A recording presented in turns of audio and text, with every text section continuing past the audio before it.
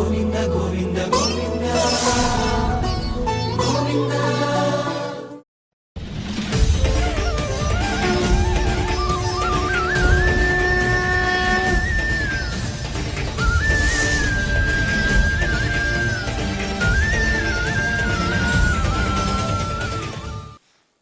నమో వెంకటేశాయ. ఏడుకొండలవాడ వెంకటరమణ గోవింద గోవింద. శ్రీ శ్రీనివాస శ్రీ వెంకటేశ గోవింద గోవింద. కలియుగ ప్రత్యక్ష దైవం శ్రీనివాస పరబ్రహ్మ అనుగ్రహ విశేషంతో శ్రీమద్భాగవతంలో దశమస్కంధంలోని విశేషాలు యథాశక్తి తెలుసుకుంటూ ఉన్నాం. నారాయణం నమస్కృత్య నరం చైవ నరోత్తమం దేవీం సరస్వతీం వ్యాసం తతో జయముదీరయేత్. సుఖయోగీంద్రుల వారు పరీక్షిన్ మహారాజునకు శ్రీకృష్ణస్వామి దివ్యలీలా విశేషాలను వర్ణించి చెబుతూ ఉన్నారు. వేదాలు ఆ పరమాత్మను ఏ విధంగా అయితే స్తుతి చేశాయో అవన్నీ చక్కగా వర్ణించి చెప్పారు. యోస్యోత్ప్రేక్షక ఆది మధ్య నిధనే యో వ్యక్త జీవేశ్వరో యసృష్ట్వేదమను ప్రవిశ్య ఋషిణా చక్రే పురశాస్తితాః యం సంపద్య జహాత్యజా మనుష్యీ సుప్తః కులాయం యథా తం కైవల్య నిరస్తయో నిమభయం ధ్యాయేదజస్రం హరిం. శ్రీ మహావిష్ణువు శ్రీహరి యొక్క గొప్పతనాన్ని, ఆ పరమాత్మని ధ్యానించటం వల్ల కలిగేటువంటి ప్రయోజనాన్ని, ఆ పరమాత్మ యొక్క స్వరూపాన్ని ఈ శ్లోకంలో చక్కగా వర్ణించి చెబుతున్నారు. సృష్టించటము, ఆ సృష్టిని చక్కగా నడిపించటము, ఆ సృష్టిని లయం చెయ్యటము, ఇవన్నీ ఆ శ్రీహరి యొక్క సంకల్పం చేతనే జరుగుతూ ఉంటాయి. మాయాశక్తి ద్వారా జీవులన్నింటినీ కూడా శాసించటం, అలాగే ఆ జీవులలో అంతర్యామిగా ఆత్మస్వరూపునిగా తాను నిత్య నివాసిగా ఉండడం, అలాగే ఎన్నో రకములైనటువంటి ప్రమాణములు కలిగిన దేహాలు ఉన్నాయి. అవన్నీ భగవత్ స్వరూపాలైన ఆ దేహధారులైనటువంటి జీవుల యొక్క కర్మ ఫలితాన్ని బట్టి ఉచ్చనీచ పరిమాణంలో ఉండేటువంటి దేహములన్నింటిలో కూడా తాను ప్రకాశిస్తూ ఆ జీవుణ్ణి చక్కగా నడిపించేటువంటి శక్తిగా ఆ పరమాత్ముడే శ్రీ మహావిష్ణువు ఉన్నాడు. ఏ జీవుడైతే పరమాత్మ తత్వాన్ని తెలుసుకుని ఆ పరమాత్మను ఉపాసన చేస్తాడో అతడు తప్పనిసరిగా ఆ పరమాత్మని చేరుకుంటాడు. ఏ విధంగానైతే నిద్రించేటువంటి వానికి దేహ సంబంధం ఉండదు, నిద్రించినప్పుడు దేహానికి సంబంధించినటువంటి భావన ఉండదు. అలా నిద్రించేవానికి దేహ సంబంధమైనటువంటి బంధం ఏ విధంగానైతే తెలియదో అదేవిధంగా పరమాత్మను ఉపాసన చేసినటువంటి వాళ్ళు ఈ సంసార సంబంధమైనటువంటి బంధం గురించి తెలియకుండా, ఎటువంటి క్లేశములు అనుభవించకుండా ఆ పరమాత్మ అనుగ్రహాన్ని సంపాదిస్తారు, అజ్ఞానాన్ని పోగొట్టుకుంటారు. వారిలో ఉన్నటువంటి అవిద్య కాస్త నశించిపోతుంది.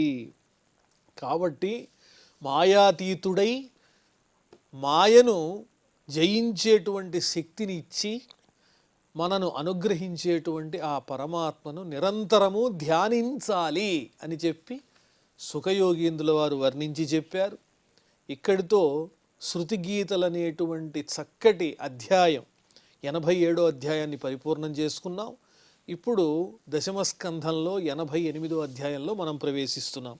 రాజోవాచ దేవాసుర మనుష్యేషు ఏ భజంత్య శివం శివం ప్రాయస్తే ధనినో భోజాః నతు లక్ష్మ్యాః పతిం హరిం.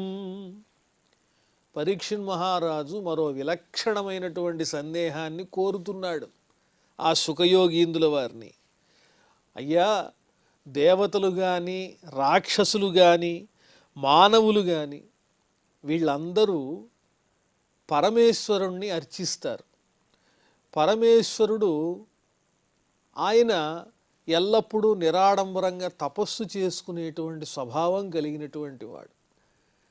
కానీ ఆ పరమేశ్వరుణ్ణి ఈ భక్తులందరూ ధ్యానం చేసి ఆయన ద్వారా ఎన్నో వరాలు పొందుతూ ఉంటారు, ఐశ్వర్యాన్ని పొందుతూ ఉంటారు. మరి ఎల్లప్పుడూ లక్ష్మీదేవి హృదయమునందు నిత్య నివాసినిగా ఉండి కోరిన వాళ్ళందరికీ కోర్కెలు ఇచ్చేటువంటి ఆ శ్రీనివాసుణ్ణి అంత తొందరగా ప్రసన్నం చేసుకోలేకపోతూ ఉంటారు. ప్రాయస్తే ధనినో భోజాహ నతు లక్ష్మ్యాహ పతిం హరిం. పరమేశ్వరుణ్ణి పూజిస్తే వెంటనే ఐశ్వర్యాన్ని పొందుతారు. మరి శ్రీహరిని అంత తేలికగా ఎందువల్ల తాము ధ్యానించలేకపోతున్నారు, ఏకాగ్రతతో ధ్యానం చేసి అనుగ్రహాన్ని సంపాదించలేకపోతారు? ఏమిటి ఈ భేదము? ఎక్కువగా చూచినట్లయితే పరమేశ్వరుణ్ణి అలాగే బ్రహ్మగారిని ఆరాధన చేసి ఎన్నో వరాలు పొందినటువంటి వాళ్ళు మనకు కనిపిస్తున్నారు పురాణాల్లో. మరి శ్రీహరిని జపించిన వాళ్ళు కూడా ఉన్నారు. కానీ శ్రీహరి కంటే ఎంతో తేలికగా ఈ పరమేశ్వరుని యొక్క అనుగ్రహాన్ని సంపాదించవచ్చు, సమస్త ఐశ్వర్యాలు పొందవచ్చు అన్నట్టు కనిపిస్తోంది. ఏమిటిది అని ఈ విచిత్రమైన ప్రశ్న వేస్తున్నారు పరీక్షిత్ మహారాజు. ఏతద్వేదితుమిచ్ఛామః సందేహోత్ర మహాన్హినః విరుద్ధశీలయో ప్రభవో విరుద్ధా భజతాంగతి. ఈ విషయంలో నాకు సందేహం ఉంది, ఆ సందేహాన్ని నివృత్తి చెయ్యండి. స్వభావ విరుద్ధమైనటువంటి ధర్మాలు కనిపిస్తున్నాయి ఇక్కడ. శ్రీహరేమో నిరంతర సంపదకు నిత్య నివాసుడిగా ఉండేటువంటి వాడు శ్రీ మహావిష్ణువు. మరి పరమేశ్వరుడేమో వాటికి దూరంగా ఉండేటువంటి మనస్తత్వం కలిగిన వాడు. కానీ ఈ మానవులు అలాగే రాక్షసులు దేవతలు ఇత్యాదులు అందరూ తొందరగా అన్నిటినీ పొందాలంటే పరమేశ్వరుణ్ణి ఆరాధన చేసి వెంటనే సంపదల్ని సంపాదిస్తున్నారు. ఆ ఐశ్వర్యములేమో పరమాత్మ అయినటువంటి ఈశ్వరునకు ఎంతమాత్రము పట్టవు, కానీ ఆయన వెంటనే అనుగ్రహిస్తాడు. అన్ని ఐశ్వర్యాలకు స్థానభూతంగా కనిపించేటువంటి శ్రీ మహావిష్ణువు దగ్గర అంత తొందరగా వాళ్ళు ఎందుకని ఐశ్వర్యాదులను సంపాదించలేకపోతున్నారు అని ప్రశ్నించాడు ఈ పరీక్షిత్ మహారాజు. శ్రీ శుక ఉవాచ శివశక్తియుత శశ్వత్ త్రిలింగో గుణ సంవృతః వైకారికస్తైజసశ్చ తామసశ్చేత్యహంత్రిథా. శక్తితో కూడి ఉండేటువంటి ఆ పరమేశ్వరుని దగ్గర 3 విధాలైనటువంటి ప్రధానమైన గుణములు ఉన్నాయి.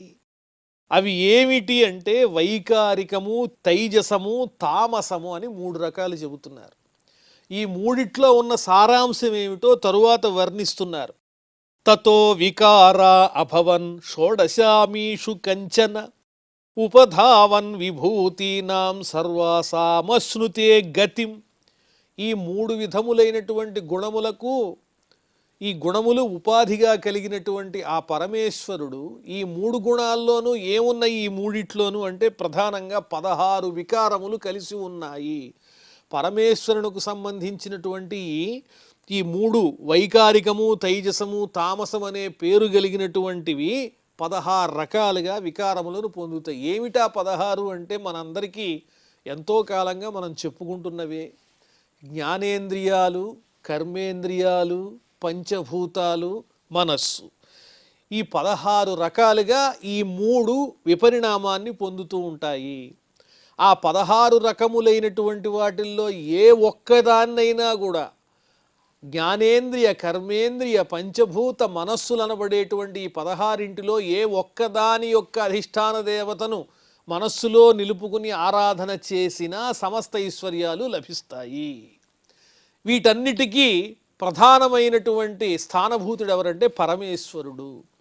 అందువల్ల ఈ 16 ఏ ఒక్క అధిష్టాన దేవతని ఆరాధన చేసినా దాంతో పరమేశ్వరుడు తృప్తి చెంది వెంటనే కావలసినటువంటి ఐశ్వర్యాలన్నీ ఇస్తూ ఉంటాడు, సకల సంపదలు లభిస్తాయి.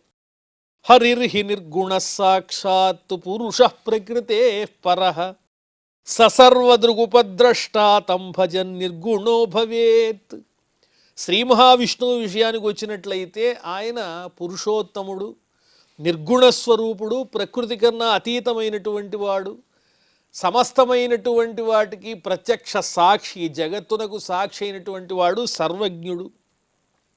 అతన్ని ఎవరైతే ధ్యానం చేస్తారో వాళ్ళు ముక్తిని పొందుతారు అని చెబుతున్నారు. ఇక్కడ ప్రధానంగా అర్థం చేసుకోవలసినటువంటి విషయం ఏంటంటే పరమేశ్వరుడు విష్ణువు రెండుగా భావన చేయకూడదు. ఒక పరమాత్మ అనేక రూపాలలో ఆయా లీలల్ని ప్రదర్శిస్తూ ఉంటారు. కాబట్టి యజ్ఞము యొక్క స్వరూపము పరమాత్మయే, యజ్ఞభోక్త ఆ పరమాత్మయే, యజ్ఞంలో ఉన్నటువంటి ఉపకరణాలు పరమాత్మయే అన్నట్టుగా ఆ పరమాత్ముని రూపాలు లీలలు అనేక విధాలుగా ఉంటూ ఉంటాయి. కాకపోతే ఆ అవతారంలో ఉన్నటువంటి వైవిధ్యాన్ని బట్టి ఆయా స్వభావాలు ఉంటాయి. త్రిమూర్తులు కూడా ఆ పరమాత్మ స్వరూపమే తప్ప అంతకన్నా వ్యతిరిక్తం కాదు కదా. జగత్తంతా పరమాత్మ యొక్క స్వరూపమే అన్నప్పుడు ఈ సృష్టి స్థితిలయ కారకులైనటువంటి త్రిమూర్తులు కూడా పరబ్రహ్మస్వరూపులే తప్ప వేరొకటి కాదు. కానీ ఆ పరబ్రహ్మయే త్రివిధమైనటువంటి కార్యములను నెరవేర్చడానికి 3 విధాలైన రూపాలను ధరిస్తూ ఉంటాడు. ఆ ధరించినప్పుడు ఆయా లీలలు చూపించినప్పుడు ఒక్కొక్క చోట ఒక్కో విలక్షణమైనటువంటి చక్కని వృత్తాంతాలు కనిపిస్తాయి. అవి కనిపించినంత మాత్రాన ఒకరిలో ఆధిక్యాన్ని వేరొకరిలో న్యూనత్వాన్ని ఆపాదించుకుని భావన చేయకూడదు. ఇది ఇందులో ఉన్నటువంటి ఒక చక్కని వృత్తాంతంగా మనం తెలుసుకోవాలి. కాబట్టి శ్రీహరి నిర్గుణ స్వరూపమైనటువంటి వాడు, ప్రకృతి కన్నా అతీతమైనటువంటి వాడు. నివృత్తేష్వశ్వమేధేషు రాజాయుష్మత్పితామహ శృణ్వన్ భగవతో ధర్మాన్ అపృచ్ఛదిదమచ్యుతం. ఒకనాడు ధర్మరాజు కూడా ఇలాగే అశ్వమేధ యాగాలన్నీ చేసిన తరువాత తన సన్నిధిలో ఉన్నటువంటి పరమాత్ముడైన శ్రీకృష్ణ స్వామిని ఈ ప్రశ్ననే అడిగాడు. ఎందువల్ల శ్రీ మహావిష్ణువు అంత తొందరగా వశుడు కాడు? మరి బ్రహ్మ కానీ ఈశ్వరుడు కానీ వెంటనే వరాలు ఇచ్చేస్తూ ఉంటారు. మరి శ్రీ మహావిష్ణువు దగ్గర అంత తొందరగా ఎందువల్ల ఆయన యొక్క చక్కని ఆ అనుభూతిని పొందలేకపోతూ ఉంటారు సాధకులు అనేటువంటి ప్రశ్న అడిగాడు. శృణ్వన్ భగవతో ధర్మాన్ అపృచ్ఛదిదమచ్యుతం.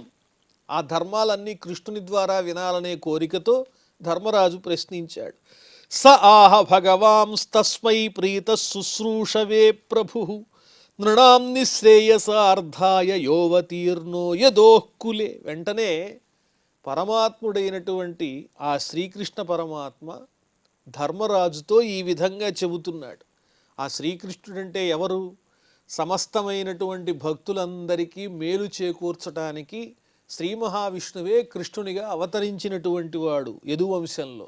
ఆ శ్రీకృష్ణుడిలా చెబుతున్నాడు, నాయన ధర్మరాజ, శ్రీ భగవానువాచ యస్యాహమనుగృహ్ణామి హరిష్యే తద్ధనం శనైః తతో అధనం త్యజంత్యస్య స్వజనా దుఃఖితం. ఏమీ లేదు ధర్మరాజా, నువ్వు అడిగిన ప్రశ్నకి సమాధానం.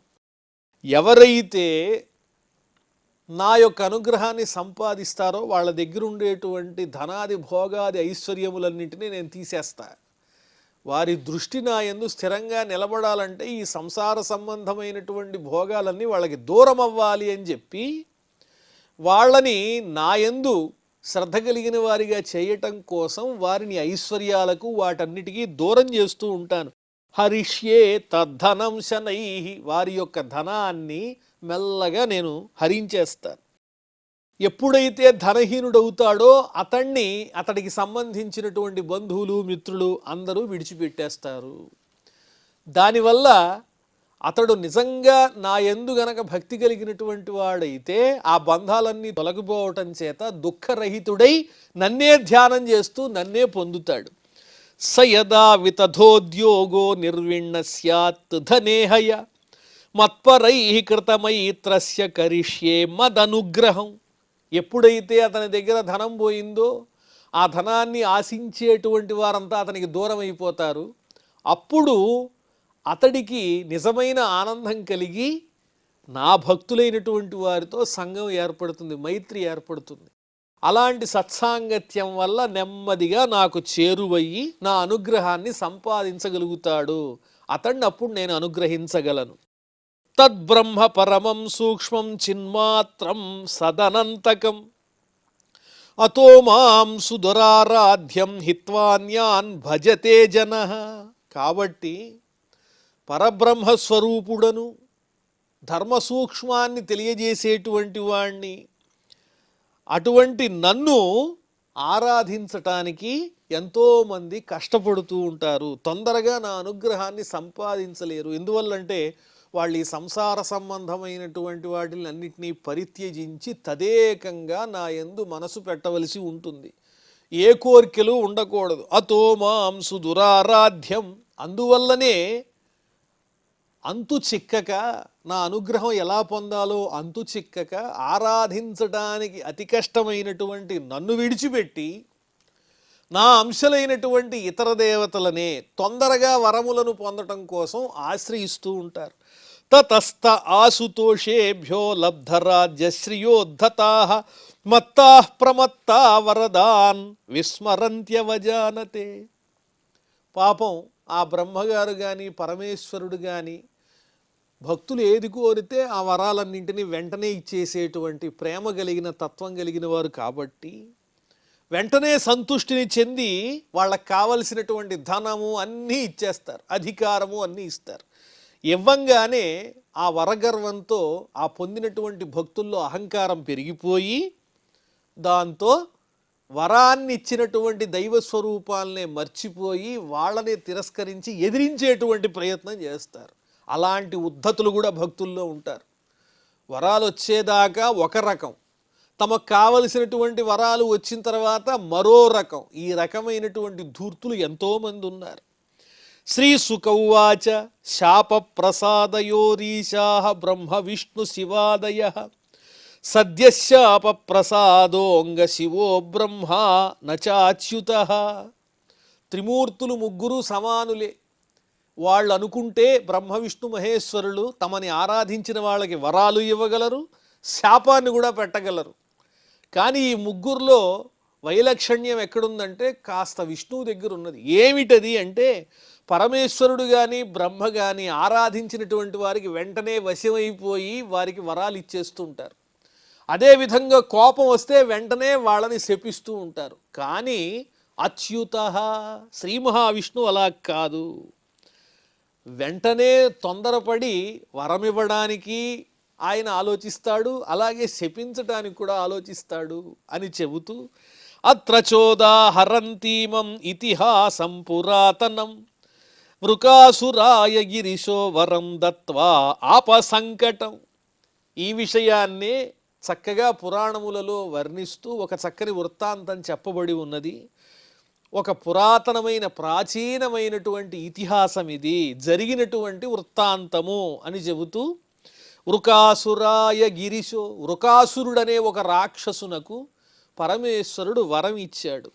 ఆ వరం ఇవ్వటం ద్వారా పరమేశ్వరుణ్ణే ఇబ్బందిలోకి నెట్టేంత ఆపద వచ్చేసింది. పరమేశ్వరునికి ఆపద వచ్చిందంటే నమ్మినటువంటి భక్తుడు, వరం ఇచ్చినటువంటి భక్తుడు, నన్ను నమ్మిన భక్తుడికి కావలసింది నేను ఇవ్వాలి అని నియమాన్ని ఏర్పాటు చేసుకున్నటువంటి ఆ పరమేశ్వరుడకు తన భక్తుని ద్వారానే ఒక విధమైనటువంటి పరీక్ష ఎదురైంది. అలాగే దీన్ని మరో రకంగా ఎలా చెప్పుకోవచ్చు అంటే, ఇలా విపరీతమైన బుద్ధితో ప్రవర్తించేటువంటి వారికి పరమేశ్వరుడు ఏ విధంగా తన స్వరూపాలే అయినటువంటి విష్ణువు ద్వారా ఏ విధంగా బుద్ధి చెప్పిస్తాడన్న విషయాన్ని కూడా ఈ వృత్తాంతంలో మనం తెలుసుకోవచ్చు.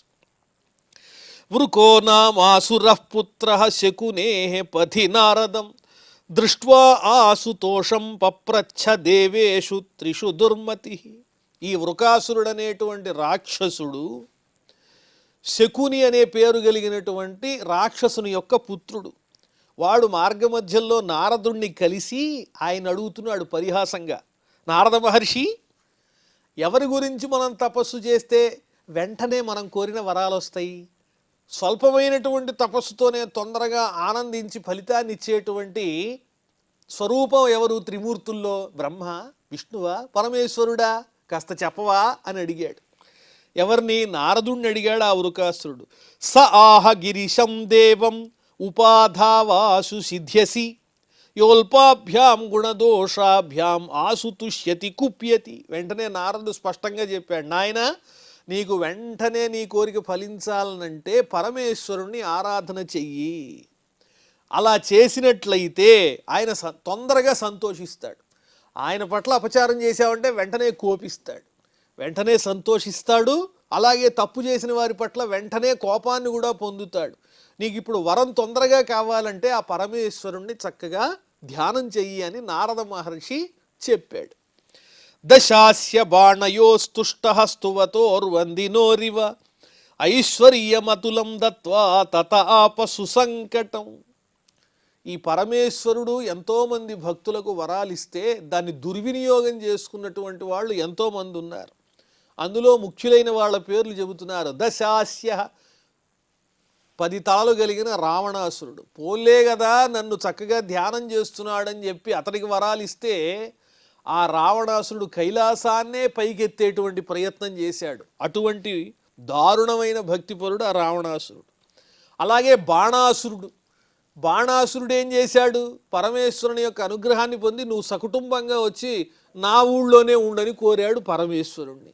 ఈ రకంగా భక్తవత్సలుడైనటువంటి ఆ పరమేశ్వరుడు ఇచ్చేటువంటి వరాలతో ఈ రాక్షస శ్రేష్ఠులైన వాళ్ళు, దుష్టమైన మనస్సు కలిగిన వాళ్ళు ఆయన భక్తపరాధీనతని ఆధారంగా చేసుకుని ఆయన్నే ఇరుకున పెట్టేటువంటి ప్రయత్నం చేస్తూ ఉంటారు. కానీ అది కూడా ఒక లీల అని వాళ్ళు గ్రహించలేకపోతూ ఉంటారు. కాకపోతే వందిమాగధులు ఏ విధంగానైతే మహారాజుని స్తోత్రం చేస్తారో ఆ రకంగా స్తోత్రం చేసి పరమేశ్వరుణ్ణి స్వాధీనపరుచుకుంటారు. తర్వాత దుష్టమైన కార్యాలు ఆచరిస్తూ ఉంటారు. ఐశ్వర్యమతులం దత్వా, వీళ్ళందరికీ ఎంతో ఐశ్వర్యాన్ని ఇచ్చినటువంటి పరమేశ్వరుడు ఆ తరువాత వారి ద్వారానే కొంత ఆపదని అంటే కష్టాన్ని పొందవలసి వచ్చింది. ఇత్యాదిష్టస్తమసురః ఉపాధావత్ స్వగాత్రతః కేదారే ఆత్మక్రవ్యేణ జుహ్వనోగ్నిముఖం భవం. వెంటనే నారద మహర్షి దగ్గర తెలుసుకున్నాడు ఎవరు ఆ వృకాసురుడు, ఎవరు తొందరగా వరాలు ఇస్తారు అన్న విషయం తెలిసిన వెంటనే ఆ వృకాసురుడు తపస్సు చేయటం ప్రారంభించాడు. కేదారేశ్వరుని సన్నిధిలో కూర్చుని కేదార క్షేత్రంలో అక్కడ యజ్ఞం చేయడం మొదలెట్టాడు, హోమం. ఎలాగా అంటే తన దేహంలో ఉండేటువంటి మాంసాన్ని తీసి అగ్నిహోత్రంలో వేసి దానినే పరమేశ్వరుడికి అర్పిస్తున్నట్లుగా హోమం మొదలెట్టాడు. అంటే ఇది బీభత్సమైనటువంటి ఒక ఘోరమైనటువంటి ప్రక్రియ. ఆ రకంగా తన దేహం నుంచి తీసిన మాంసంతోనే హోమం చేస్తూ పరమేశ్వరుణ్ణి ఆరాధించాడు. అగ్నియే ముఖముగా కలిగిన పరమేశ్వరుణ్ణి ఆరాధించాడు. దేవోపలబ్ధిమప్రాప్య నిర్వేదాత్ సప్తమే అహని శిరోవృశ్చత్ స్వధితినా తత్తీర్థక్లిన్నమూర్ధజం. అన్ని రోజులు హోమం చేసినా కూడా పరమేశ్వరుడు ఏమాత్రము అనుగ్రహించలేదు. దాంతో అతనికి కోపం వచ్చేసింది. సప్తమే అహని, ఆ హోమం చేస్తూ 7వ రోజున ఏం చేశాడు? తన శరీరంలో ఉన్న మాంసాన్నంతా హోమంలో వేసినా ఈశ్వరుడికి కరుణ కలగలేదని చెప్పి నీటితో తడిసి ఉన్నటువంటి జుట్టు కలిగినటువంటి ఆ రాక్షసుడు కత్తితో తన శిరస్సునే ఛేదించి ఆ హోమంలో పడవేసి పరమేశ్వరుని యొక్క అనుగ్రహాన్ని పొందాలి అని ప్రయత్నించాడు. శిరః అవృశ్చత్ స్వధితిన, కత్తితోనే తన తలను నరుక్కునేటువంటి ప్రయత్నం చేస్తూ నరుకుతున్నాడు. తదా మహాకారుణిక సధూర్జటి యథావయంచాగ్నిరివోత్థితో నలాత్ నిగృహ్య దోర్భ్యాం భుజయోర్న్యవారయత్ తత్స్పర్శనాద్భూయ ఉపస్కృతాకృతి.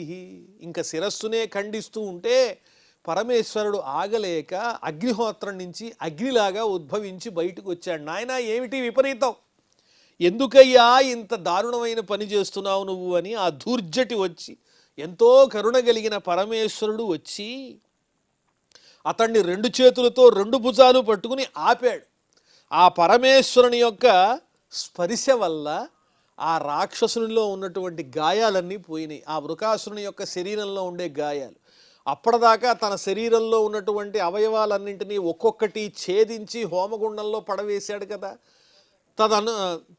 తత్సంబంధమైనటువంటి శారీరకమైనటువంటి వ్రణాలు, గాయాలు ఏవైతే ఉన్నాయో అవన్నీ ఆ పరమేశ్వరుని స్పర్శ వల్ల ఒక్కసారిగా మాయమైపోయినాయి. తమాహ చ అంగ అలమలం వృణీష్వమే యథాభికామం వితరామి తే వరం ప్రియేయతో ఏన నృణాం ప్రపద్యత